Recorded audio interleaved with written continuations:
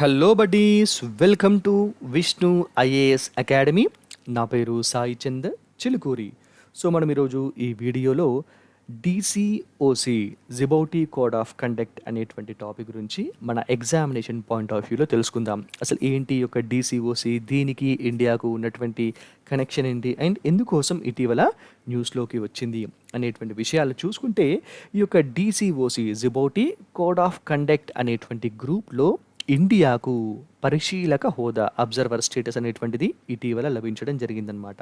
So ఎందుకోసం అసలు ఈ గ్రూప్ పనిచేస్తుంది, ఇందులో ఇండియాకి ఎందుకు అబ్జర్వర్ స్టేటస్ వచ్చింది, దీనివల్ల ఇండియాకు ఉన్నటువంటి బెనిఫిట్ ఏంటి అంటే, ఈ గ్రూప్ ప్రధానంగా ఓడల నుంచి సముద్రపు దొంగతనాల్ని నివారించడానికి అండ్ సముద్ర రవాణాలో భద్రతను పెంపొందించడం కోసము ఈ గ్రూప్ అనేటువంటిది, ఈ యొక్క డిసిఓసి అనేటువంటిది ఏర్పాటు చేయడం జరిగింది 2009వ సంవత్సరంలో ఇంటర్నేషనల్ మ్యారిటైమ్ ఆర్గనైజేషన్ కింద. సో అసలు మీకు సింపుల్గా అర్థం కావాలి అంటే దీని పనితనం ఎందుకోసం ఇది ఏర్పాటు చేయబడ్డది అంటే, మనకు పైరట్స్ ఆఫ్ ద కరేబియన్ అనేటువంటి మూవీ మీకు ఐడియా ఉంది కదా. సో ఈ మూవీలో సముద్రపు దొంగలు ఉంటారనమాట. దానిలో జాక్ స్పారో అనేటువంటి ఒక హీరో గురించి మనం చూసే ఉంటాం కదా. సో కామెడీ చేస్తూ ఉంటాడు. సో ఏంటి, ఈ జాక్ స్పారో తన గ్యాంగ్తో, తన టీంతో కలిసి సముద్రంలో ప్రయాణించేటువంటి షిప్స్ ఏవైతే ఉంటాయో వాటన్నిటిని దోచుకుంటూ ఉంటాడనమాట. సో ఆ విధంగానే ఈ యొక్క సముద్రపు దొంగతనాల్ని నివారించడం కోసము ఈ యొక్క డిసిఓసి జిబౌటీ కోడ్ ఆఫ్ కండక్ట్ అనేది ఏర్పాటు చేయడం జరిగింది 2009వ సంవత్సరంలో. జిబౌటీ అనేటువంటి దేశంలో జరిగినటువంటి మీటింగ్లో భాగంగానే ఈ యొక్క డిసిఓసి ఫామ్ అయిందనమాట. అండ్ ఈ యొక్క డిసిఓసిలో 18 సభ్య దేశాలు ఉన్నాయన్నమాట. సో ఈ సభ్య దేశాలతో పాటు కొన్ని అబ్జర్వర్ స్టేటస్ ఉన్నటువంటి కంట్రీస్ కూడా ఉన్నాయి, అంటే పరిశీలక హోదా ఉన్నటువంటి దేశాలు కూడా ఉన్నాయి. సో దాంట్లో భాగంగానే ఇప్పుడు ఇండియాకు కూడా పరిశీలక హోదా అనేటువంటిది లభించడం జరిగింది. అయితే మీకు సోమాలియా ఐడియా ఉంది కదా. ఈ యొక్క సోమాలియా అనేటువంటిది ఈస్ట్ ఆఫ్రికా ప్రాంతంలో ఉన్నటువంటి దేశం అన్నమాట ఈ సోమాలియా. సో ఇక్కడ సోమాలియాలో రాజకీయమైనటువంటి సుస్థిరత లేకపోవడం, అయిన అక్కడ ఒక సమర్థవంతమైనటువంటి ప్రభుత్వం లేకపోవడంతో ప్రజలకు కావాల్సినటువంటి ఆహారాన్ని కానీ ఉపాధిని కానీ అక్కడ ప్రభుత్వం కల్పించలేకపోతుందన్నమాట. సో దాంతో పాపం అక్కడ ఉన్న ప్రజలకు తినడానికి తిండి లేక సముద్రంలో ప్రయాణించేటువంటి ఓడల్ని హైజాక్ చేసి ఆ ఓడల్ని విడిపించాలి అంటే మాకు ఖచ్చితంగా ఇంత డబ్బులు చెల్లించాలి అనేటువంటి డిమాండ్ చేస్తూ, ఒకవేళ డబ్బులు చెల్లించినప్పటికీ కూడా ఆ షిప్స్లో ఉండేటువంటి క్రూ ఉంటుంది కదా, సో వాళ్ళని చంపేస్తూ ఉండేవాళ్ళనమాట.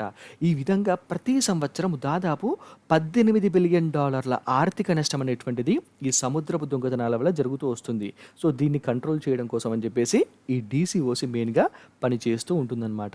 ఏంటి, ఈ యొక్క జిబౌటీ కోడ్ ఆఫ్ కండక్ట్ అనేటువంటి గ్రూప్.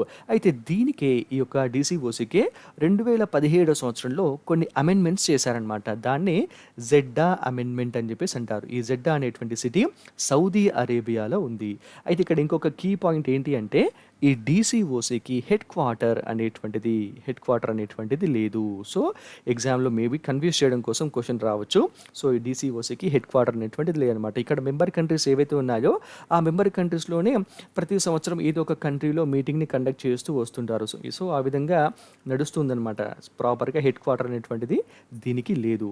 అండ్ మెయిన్గా ఏంటి అంటే, ఈ జెడ్ అమెండ్మెంట్లో తీసుకొచ్చినటువంటి కొన్ని పొందుపరిచినటువంటి అంశాలు ఏంటి చూసుకుంటే, మానవ అక్రమ రవాణాను నిరోధించడం అండ్ ఇష్టానుసారంగా అధికంగా సముద్ర జలాల్లో చేపల్ని పట్టడంని కూడా నిరోధించడం అండ్ సుస్థిరమైనటువంటి పర్యావరణ అనుకూలంగా సముద్ర ఉత్పత్తుల వృద్ధిని సాధించడం. సో ఇట్లాంటి అంశాలన్నింటిని కూడా దీనిలో పొందుపరిచారనమాట జెడ్డా అమెండ్మెంట్ 2017లో జరిగినటువంటి దీని ద్వారా. అండ్ మెయిన్గా ఏంటంటే, సముద్ర జలాల్లో అక్రమమైనటువంటి కార్యకలాపాలని నిరోధించడం కోసమే ఈ యొక్క జెడ్డా అమెండ్మెంట్ అనేది చేయడం జరిగింది. దీనిలో సభ్య దేశాలుగా ఏవి ఉన్నాయి అంటే, Red Sea and Gulf of Aden, East Coast of Africa, island nations in the Indian Ocean. So Red Sea అంటే ఈ ప్రాంతంలో మనకు రెడ్ సీ వస్తుందన్నమాట. రెడ్ సీని తీరంగా ఉన్నటువంటి దేశాలు ఏవైతే ఉన్నాయో అవన్నీ దీనిలో మెంబర్గా ఉన్నాయి. అండ్ గల్ఫ్ ఆఫ్ ఎడెన్ అటువంటిది ఈ ప్రాంతంలో వస్తుందన్నమాట. సో ఈ యొక్క గల్ఫ్ ఆఫ్ ఎడెన్లో ఉన్నటువంటి దేశాలు అంటే, ఈ గల్ఫ్ ఆఫ్ ఎడెన్కి తీరంగా ఉన్నటువంటి దేశాలు. And east Coast of Africa, so ఇదంతా ఈస్ట్ కోస్ట్ అనమాట. దీన్నే west part of Indian ocean అని కూడా అంటారనమాట. సో పశ్చిమంగా ఉన్నటువంటి పశ్చిమ హిందూ మహాసముద్రంగా కూడా పిలుస్తూ ఉంటారు. సో ఈ యొక్క ఈస్ట్ కోస్ట్ ఆఫ్ ఆఫ్రికాలో ఉన్నటువంటి దేశాలు and island nations in the Indian ocean, Hindu మహాసముద్రంలో ఉన్నటువంటి ద్వీప దేశాలు అనమాట. సింపుల్గా చెప్పాలంటే మాల్దీవ్స్, షీషెల్స్, సో మారిషస్ ఇట్లాంటి దేశాలన్నీ కూడా దీనిలో మెంబర్ కంట్రీస్గా ఉండడం జరిగింది. సో ఇప్పుడు ఈ యొక్క డీసీఓసీలోనే ఇండియాకు అబ్జర్వర్ స్టేటస్ అనేటువంటిది లభించిందనమాట. సో ఇండియాతో పాటు ఇంకా ఏ ఏ కంట్రీస్ ఉన్నాయి అంటే జపాన్, నార్వే, యూకే, యుఎస్ఏ ఇవి కూడా ఈ యొక్క పరిశీలక హోదాను డీసీఓసీలో పొందడం అనేటువంటిది జరిగింది. ఎగ్జామినేషన్ పాయింట్ ఆఫ్ వ్యూలో ఇంపార్టెంట్ చూసుకోండి. అది ఇక్కడ నోట్ పెట్టాను చూడండి. అది ఏంటి అంటే మన ఇండియా తన యొక్క సాగర్ విజన్ అనేటువంటి ఒక విజన్లో భాగంగా, సాగర్ అంటే ఏంటి, security and growth for all in the reason, security and growth for all in the reason అనేటువంటి తన యొక్క సాగర్ విజన్లో భాగంగా బ్లూ ఎకానమీని పెంపొందించుకోవడం కోసము అండ్ దాన్ని సమర్థవంతంగా అమలు చేయడానికి బ్లూ ఎకానమీ పాలసీని దాన్ని సమర్థవంతంగా అమలు చేస్తూ హిందూ మహాసముద్రంలో చైనా యొక్క ప్రాబల్యాన్ని తగ్గించడం కోసం కూడా మెయిన్గా ఏంటి అంటే చైనా ఏం చేస్తుంది, ఈ హిందూ మహాసముద్రంలో ఉన్నటువంటి ద్వీప దేశాలలో అంటే మారిషస్లో, సీషెల్స్లో, దాని తర్వాత శ్రీలంకలో అది ఎక్కువగా ఇన్వెస్ట్మెంట్స్ చేస్తూ అక్కడ తన యొక్క మిలిటరీ బేస్ పాయింట్స్ని ఎస్టాబ్లిష్ చేసుకుంటూ మన ఇండియాని స్ట్రాటజికల్గా ఇబ్బంది పెట్టడం కోసం ప్రయత్నం చేస్తుందన్నమాట. సో ఆ విధంగా చైనా యొక్క ప్రాబల్యాన్ని కట్టడి చేయడానికి, దాంతోపాటు ఆర్థికంగా భద్రతాపరంగా మన ఇండియా మరింతగా వృద్ధిని సాధించడానికి బ్లూ పాలసీ ఉంది కదా, బ్లూ ఎకానమీ పాలసీ, సో దానిలో భాగంగా వృద్ధిని సాధించడం కోసం కూడా ఈ యొక్క డీసీఓసీలో చేరడం అనేటువంటిది మన ఇండియాకు అత్యంత అవసరం అనమాట. సో దాంట్లో భాగంగానే ఇప్పుడు ఇండియాకు అబ్జర్వర్ స్టేటస్ అనేటువంటిది లభించింది. నెక్స్ట్ 3 to 4 years లోపల పర్మనెంట్ మెంబర్షిప్ కూడా లభించేటువంటి అవకాశం ఉందన్నమాట.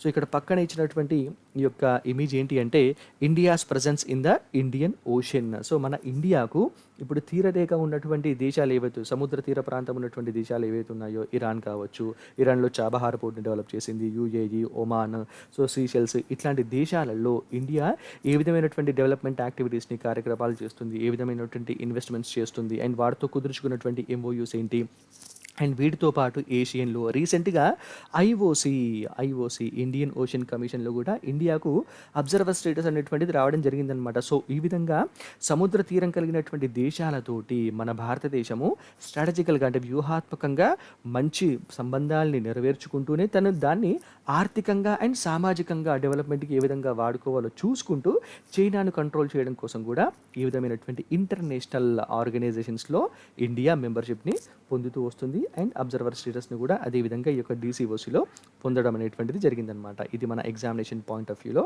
చాలా చాలా ఇంపార్టెంట్ చూసుకోండి. Okay, all the very best. Thank you so much.